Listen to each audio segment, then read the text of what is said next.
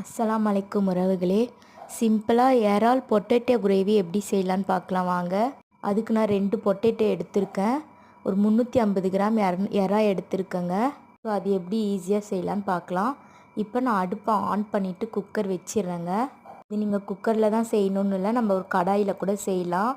இப்போ அதுக்கு முன்னாடி நம்ம பேஸ்ட் அரைச்சிடலாம். அதுக்கு ஒரு பெரிய தக்காளி, இஞ்சி பூண்டு பேஸ்ட்டு, கொஞ்சோண்டு கொத்தமல்லி போட்டு அரைச்சி வச்சுக்கோங்க. இப்போ குக்கர் வந்து நம்ம சூடானதுக்கப்புறம் எண்ணெய் ஊற்றிக்கலாங்க. எண்ணெய் வந்து உங்களுக்கு தேவையான அளவு ஊற்றிக்கோங்க. எண்ணெய் சூடானதுக்கப்புறம் பட்டை, லவங்கம், ஏலக்காய் போட்டுக்கலாம். என்கிட்ட ஏலக்காய் இல்லை, நல்லா ஸ்கிப் பண்ணிக்கிட்டேன். இப்போ வந்து 2 உருளைக்கிழங்கு கட் பண்ணியிருந்தேன், அது போட்டுக்கலாம். சும்மா உருளைக்கிழங்கு ஒரு நிமிஷம் வதக்கி விட்டுக்கோங்க. இப்போ அந்த 350 கிராம் இறால போட்டுக்கலாம். இதுவும் பார்த்திங்கன்னா ஒரு நிமிஷத்துலேருந்து 2 நிமிஷம் வரைக்கும் வதக்கிக்கோங்க. இது ரொம்பவே ஈஸியாக செஞ்சிடலாங்க. 10 to 15 மினிட்ஸில் செஞ்சிடலாம். இப்போ அரைச்சி வச்சுருந்தோம் இல்லையா பேஸ்ட், அது போட்டுக்கலாங்க.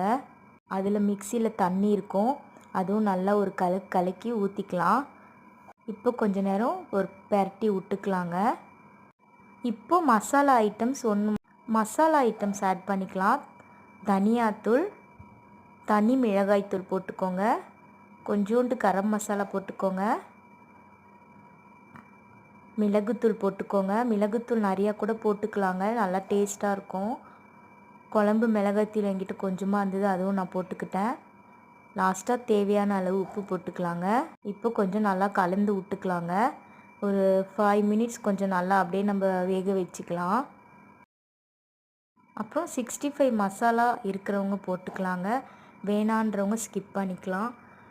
கொஞ்ச நேரம் வதக்கி விட்டுட்டு லாஸ்ட்டாக கொஞ்சோண்டு தண்ணி விட்டு குக்கரை மூடி வச்சிடலாங்க.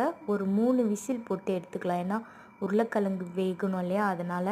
இப்போ குக்கர் ஓப்பன் பண்ணுற பாருங்கள், அழகாக எனக்கு கிரேவி செட் ஆகிடுச்சி. சூப்பராக இருக்குங்க. இது சப்பாத்திக்கு, ரைஸுக்குமே அவ்வளோ சூப்பராக இருக்கும். ட்ரை பண்ணி பாருங்கங்க.